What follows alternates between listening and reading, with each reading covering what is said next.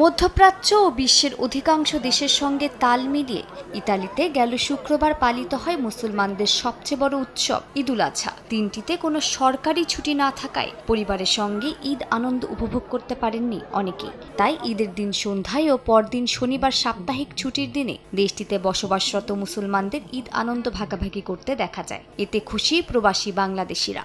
আমরা এখানে সবাই মিলে ঈদ কাটাইতেছি, আমাদের আত্মীয় স্বজন সবাই মিলে খুবই মজা করতেছি। বাংলাদেশকে অনেক মিস করতেছি, বিশেষ করে নিজের কাছের জনদের অনেক মিস করতেছি। আমাদের যে ঈদের আমেজ আছে ওইটা আমরা যাতে বিদেশের মাটিতে বসে আমাদের বাচ্চারা বা আমাদের নেক্সট প্রজন্ম উপভোগ করতে পারে। এই ঈদ ফেস্টিভ্যালের মূল কেন্দ্রবিন্দু হচ্ছে আমাদের এখানে যারা নতুন প্রজন্ম সহ যারা প্রবাসী অবস্থানরত প্রত্যেককে আমাদের ধর্মীয় ট্রেডিশনাল গত যে শিক্ষা ওই শিক্ষা পরিবারের কাছে পৌঁছে দেওয়া।